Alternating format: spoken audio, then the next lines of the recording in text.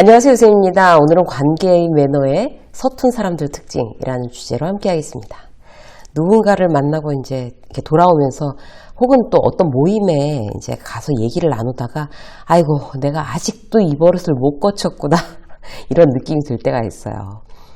방송하면서 제가 얼마나 많은 얘기를 해요. 그런데 그러면서도 이제 저도 많이 이제 같이 성장하고 성숙했다고 생각을 했는데 그게 아닌 것 같아요. 그럴 때 보면.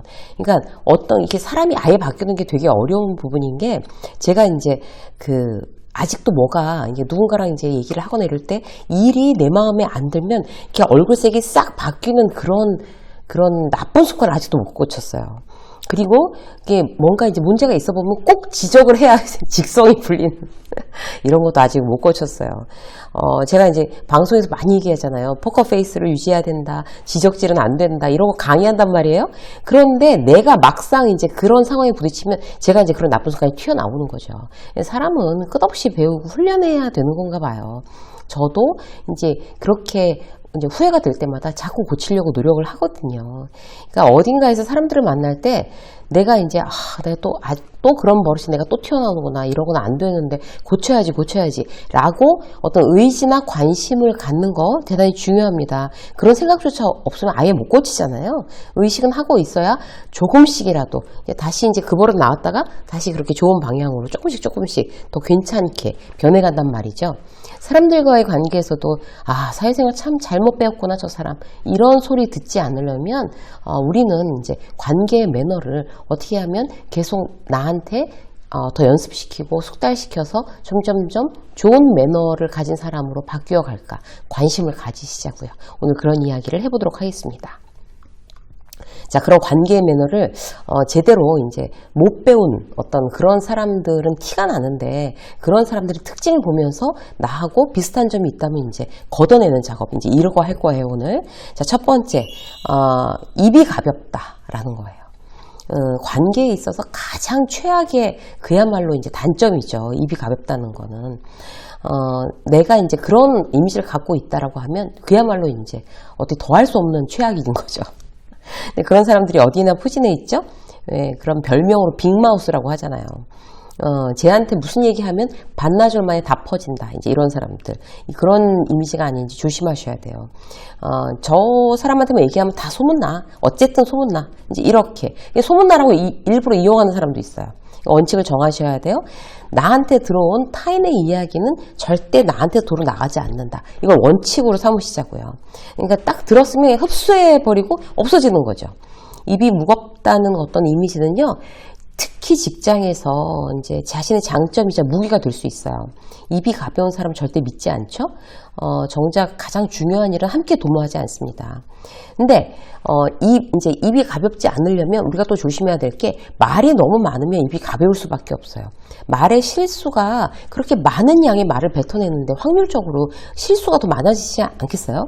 그래서 말하기를 좋아하는 사람들은 말이 많고, 그런 말하기를 좋아하는 사람이 남의 말도 좋아하고, 이러다 보면 이제 입이 가볍다는 이미지가 이제 이렇게 딱 굳혀지기가 쉽습니다. 그래서 이제 이 부분 첫 번째였고요. 두 번째는요, 고마운 줄 모르는 거예요. 이게 관계의 매너에서는 진짜 또 이제 최악수인 거죠. 매너가 없다는 의미 중에 대표적인 거, 고마운 줄을 모르는 거예요. 이런 얘기를, 고맙다는 말에 굉장히 인색한 거, 그리고 고맙다는 말을 하는 게 습관이 아예 안 돼 있는 사람들. 언제 우리는 고맙다고 그래야 돼요? 매번 고맙다고 해야 되지만 이제 놓치기 쉬운 때가 있어요. 그런 거. 대표적으로 법인카드로 팀장이 계산하고 같이 밥 먹었어요. 점심 먹었어요. 뭐 회사가 산 건데 팀장한테 굳이 고맙다고 해야 돼? 당연히 회사에서 산 밥이니까 다 같이 먹고 나왔어. 이렇게 생각하는 그 태도, 굉장히 관계의 매너에 있어서 안 좋은 태도예요. 그런 분위기 진짜 위험하죠? 법인카드로 샀어도 그 산 사람한테 굉장히 고맙다라고 진심으로 인사하는 거 중요합니다. 복사해다 줬어요. 이제 후배가 커피를 한 잔 드시겠어요? 이러면서 타줬어요. 그리고 내가 뭐 짐 들고 갔을 때 이제 문 누가 열어줬어요. 그러면 정말 그때마다 고맙다고, 자, 복사를 내가 3번 시켰어요. 그럼 3번 다, 물론 이제 그 친구가 해야 되는 일이라도, 아, 고맙습니다. 라고 받아두는 거 너무 중요하고요. 아침 일찍 출근해서 청소하는 이제 아주머니를 봤어요? 그러면 쓰레기통, 내 쓰레기통, 나 이렇게 일하고 있는데, 일찍 출근해서 일하고 있는데, 내 쓰레기통 이렇게 갖고 가면, 아유, 감사합니다. 당연히 고맙다고 해야 되는 거죠. 식당에서 음식이 서브되면 어떻게 돼요? 고맙습니다. 그때마다 음식이 올 때마다 뭐 반찬 더 갖다 주세요 하면 그 반찬 더 갖다 줄 때마다 아니면 코스별로 음식이 나오면 그 음식이 나올 때마다 고맙습니다 라고 이야기하는 거 너무 당연한 내 습관으로 만드셔야 됩니다. 특히 가족한테도 마찬가지인데요. 배우자한테 고맙다고 하십니까? 굉장히 이제 아예 고맙다는 말을 안 하는 그런 부부들도 많죠. 또 이렇게 생각하는 경우 있어요. 생각해보니까 고마운 게 있어야 고맙다고 하지. 우리 배우자한테는 고맙다고 할 게 없어요. 이렇게 생각하면 더 심각한 거예요. 왜 고마운 게 없어요? 세상에 출근했다 퇴근하고 열심히 살아주니까 그것만으로 너무 고마운 거죠. 아이들도 건강하니까 와 진짜 너무 고맙다 이렇게 생각하시면 되는 거죠. 고마운 줄 모르는 사람은 도움을 당연시 여기는 특징을 또 가지고 있어요. 그리고 그러니까 이거 어떻게 알 수 있냐면 이제 회사에 학교 선배, 동문이 있단 말이에요. 그러니까 동문인데 당연히 이거 좀 도와줘야지. 동문인데 당연히 내 편 들어줘야지. 이런 거 있잖아요. 그렇게 도움을 당연시 여기는 거. 내가 선배 같은 데는 더 잘해준다. 이렇게 생각하고 행동하고 그거 펴내는 사람. 진짜 관계의 매너가 거의 제로라고 볼 수 있습니다. 그래서 여러분들은 고마움을 당연시, 당연히 그렇게 해줘야지. 라고 하는 거 세상에 당연한 건 아무것도 없습니다. 그래서 고마움을 당연시 여기는 그런 태도. 혹시 내가 누군가에게 그렇다고 하면은 그거 이제 아뜨거라 조심하셔야 돼요. 자, 3번째 어떤 거예요? 무시하는 거예요. 관계의 매너에서도 정말 지금 말씀드린 거는 다 이제 최악의 경우들만 얘기하는 거예요.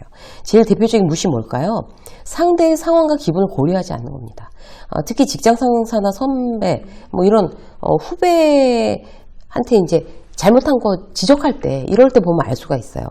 정말 사람 무한하게 지적하는 경우가 있죠. 내가 틀린 말 했냐? 내가 잘못한 걸 잘못했다고 하는 거잖아? 이렇게 얘기하는 거. 이거는 어떤 정확한 지적이 아니라 무례한 겁니다. 상대가 그 얘기를 듣고 어떤 기분을 느낄지 그런 걸 전혀 고려하지 않는 거죠. 무시하는 거예요. 2번째 무시는요. 자기가 더 낫다는 걸 증명하기 위해서 타인을 무시하는 경우. 예를 들어서 이제 우리가 이제 다 같이 직장 다니고 있는 이제 친구들인데 친구 하나가 직장 다니면서 도저히 이건 나하고 안 맞는 것 같아. 그래서 직장 딱 때려치우고 공무원 시험 공부를 막 해가지고 공무원 시험이 됐어요. 그러면 이제 친구들 모였을 때 이제 그 얘기 누가 드디어 홍길동이 드디어 됐대 공무원 시험에 그러면 와 권유서 대단하다 정말 와 너무 잘 됐다 그렇게 고생하더니 이러는 친구가 있고 요즘 공무원 누가 하냐 경쟁률 떨어진 거 봐라 요즘에 공무원들 인기 없는데 굳이 지금 그걸 왜 해? 라고 이야기하는 친구가 있어요. 그러니까 내 직업이 내가 다니는 일 회사를 다니는 이 직업이 그런 공무원 어떤 시험 봐서 붙은 저 친구보다 훨씬 더 낫다는 걸 증명하느라고 상대를 폄하시키는 경우예요. 이제 이렇게 되는 거 이제 정말 대표적인 무시죠. 자, 3번째 그냥 무조건 무시하는 거예요. 3번째는 상대의 모든 상황을 폄하하는 습관이 붙어 있는 사람들이 있어요. 뭐 출신 학교 보고 처음부터 무시하는 직장 상사 있죠. 딱 이제 이력서 보고 학교 어디 나왔어 이거 보고 처음부터 무시하는 경우. 모임에 처음 온 사람 보고 그 사람이 직업 뭐냐고 물어보고 그때서부터 딱 무시하는 경우. 외모 보고 딱 무시하는 경우. 문제는 그 무시하는 태도가 다 겉으로 드러난다는 겁니다.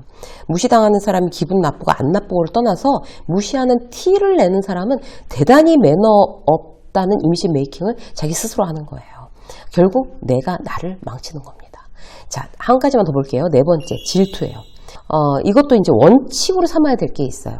내가 살아가는 원칙. 잘하는 사람은 부러워하고 배우려고 노력하고 진심으로 축하하자. 이렇게 되면 무엇보다 나한테 좋은 일이잖아요. 상대와 관계가 좋아지지 않을 수가 없어요. 너무 축하해. 너무 부럽다. 이러는데 어떻게 상대랑 좋아지지 않을 수가 있겠어요. 근데 그렇게 해서 남이 잘 되면 무조건 부러워하고 축하해주고 이렇게 하자라고 내 원칙을 세워놓으면 질투가 나거나 배 아프지 않아요. 그게 내 원칙이니까. 그 사람이 잘 돼서 나한테 피해를 주는 건 아니잖아요. 오히려 내가 배우고 뭔가 이제 막 긴장해서 나도 한번 해보겠어. 저 사람만큼은 아니지만 비슷하게라도 한번 따라가 보자. 뭐 이럴 수도 있는 거잖아요. 그러면 이제 내 성장의 추진 동력이 되는 거죠. 내가 따라가지 못하는 일은 그냥 부러워하고 축하하고 끝.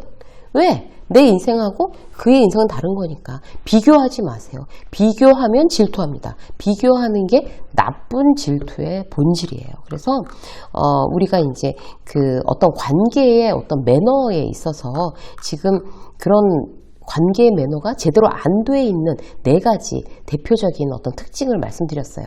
혹시 내가 이 중에서 걸리는 게 있나 체크하셔서 이제 이 부분을 드러내자. 그러면 이제 여러분들의 관계의 매너는 굉장히 더욱더 레벨업 되실 겁니다. 이세미의 직장 수업 오늘 여기까지 하겠습니다. 고맙습니다.